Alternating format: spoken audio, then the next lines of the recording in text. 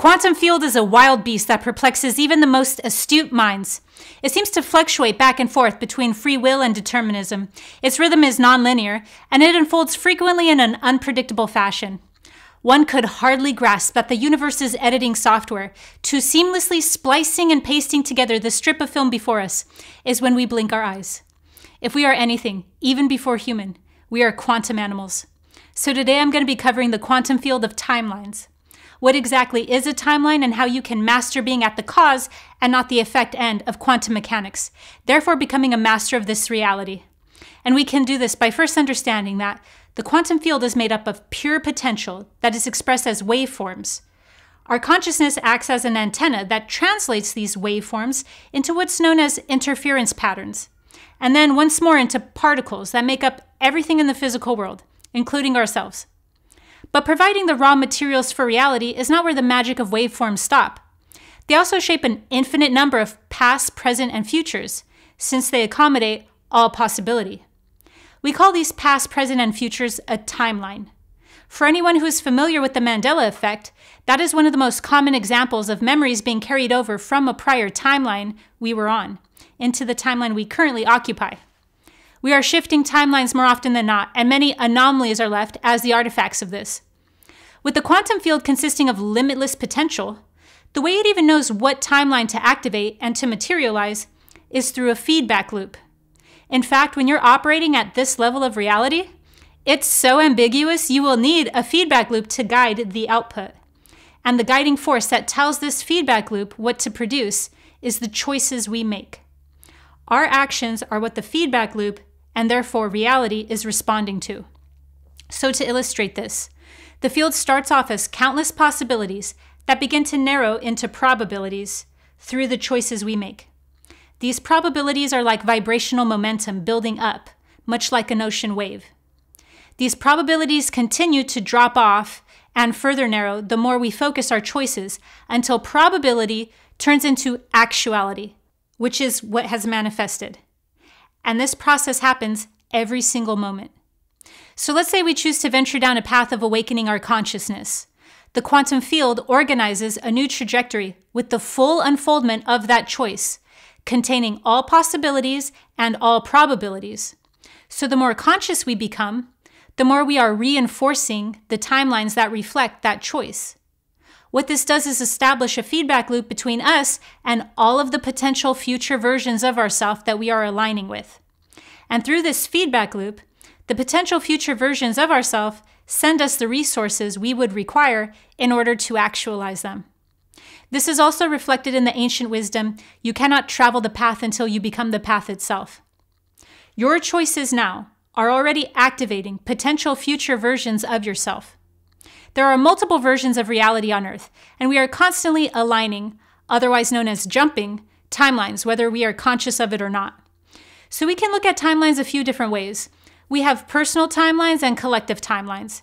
There are events constantly happening that continuously alter these timelines again and again. Our personal timelines consist of the past and present choices we make every day. They are impacted by our trauma, socioeconomic status, karmic imprints, desires, and belief systems. Depending on how much of our free will we are using, we either make predictable and established choices that we hope lead to a future we have envisioned, or we can implement more chance and uncertainty that would open up the timelines containing entirely different potential futures. If we are content on our current trajectory, the less likely we are to make radical choices that would lead to radical changes in direction. So it's a matter of personal preference. However, this is where fate comes into play. We always hear about free will and determinism. Either this is all a random creation of our own doing, or this is all predetermined, set in stone from a higher level, and we are merely the figments that were hallucinated to play out those choices that were already made. This either-or mentality is the result of an imbalance within the hemispheres of our mental body. If you'd like to learn more about this imbalance within the hemispheres, as well as the real meaning behind predeterminism, aka fate, let me know in the comments, and if enough people are interested, I'll make videos explaining each of these concepts in depth. There is a degree of fate that is at work in our life, just as there is a degree of free will. Fate is the lessons we came into this life wanting to experience, and free will is the journey of how those lessons are lived. Fate can and does intervene when it feels we are not as proactive as we could be. But what is not guaranteed is how well our outcomes come into fruition. That is all left up to our actions, discernment, and willpower. Now let's focus on the collective timelines. Imagine that there is already multiple versions of reality on Earth, and in the past of one of these versions of reality, World War I never happened. That would significantly alter the future of that reality, not to mention the ripples that would create. Now apply the same concept to any event that was devastating and could be traumatizing to our collective psyche. And you could see that although there is an infinite number of potential timelines, that it's less likely we'd be able to access the ones that are prosperous and optimal if our collective psyche is continuously being directed into timelines that are traumatizing and disempowering. As I mentioned, we shift collective timelines frequently, but the wider the jump from our current reality, the more awareness is required to do so. What this means is if we want to experience an optimal and prosperous timeline, we would need to stop feeding the official narratives that limit our true potential and start taking conscious actions that reflect the timeline we want to call forth. This is how we step into our spiritual sovereignty.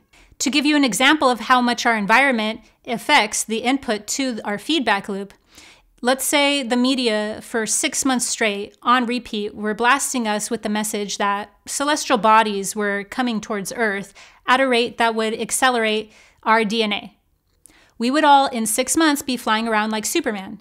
Why? Because we're constantly getting from our environment that impact to create that output of our feedback loop. As our consciousness transitions to a higher frequency, we start to experience the living reality of synchronicity. Even the universal law of cause and effect is more lenient when we are living a path that is in alignment with true order. I say true order because waveforms are inherently chaotic, which is why they represent the principle of chaos. And when they stabilize into what has manifested, this is what we call order. For better or for worse, it's called order, even if it's not technically order. And this is the true meaning of a new world order. It sounds scary because they want it to, but when you strip it down to its acoustics, chaos is being generated intentionally so that they can use that to harness potential timelines into this reality to create a new order. There's always going to be a new order because change is constant, so don't be intimidated by that term.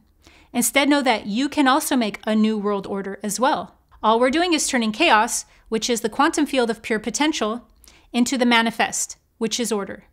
And we do this by healing the trauma in the body-mind, becoming conscious, as only conscious observers have the power to impact the field, and by taking actions that reflect the timeline we would like to shift to. And that's what manifesting really is. It's aligning with the timeline where that thing that's wanting to be manifested is already occurring. Timelines split all of the time. They split no different than when a cell divides. We pulsate into and out of this reality every 10 cycles per second through a physics formula known as Fourier's transform. Those who are making choices that will align them on timelines where there is an awakening are experiencing that feedback loop incrementally into a future that eventually reflects the internal unity we have actualized through our healing journey. But you're never going to see an actual split, even though it's doing that as we speak. Instead, what you will see is the journey of the choices you made. And the really cool thing is, the more you use your free will to make radical changes and empowered choices, your free will becomes a conduit to the higher order of this universe. And the higher order of this universe is expressed as synchronicity, which aligns things to make it look like it was fate all along. I hope this will help you in becoming a quantum beast. Make sure to subscribe to my channel for higher dimensional guidance through spiritual awakenings. See you next time.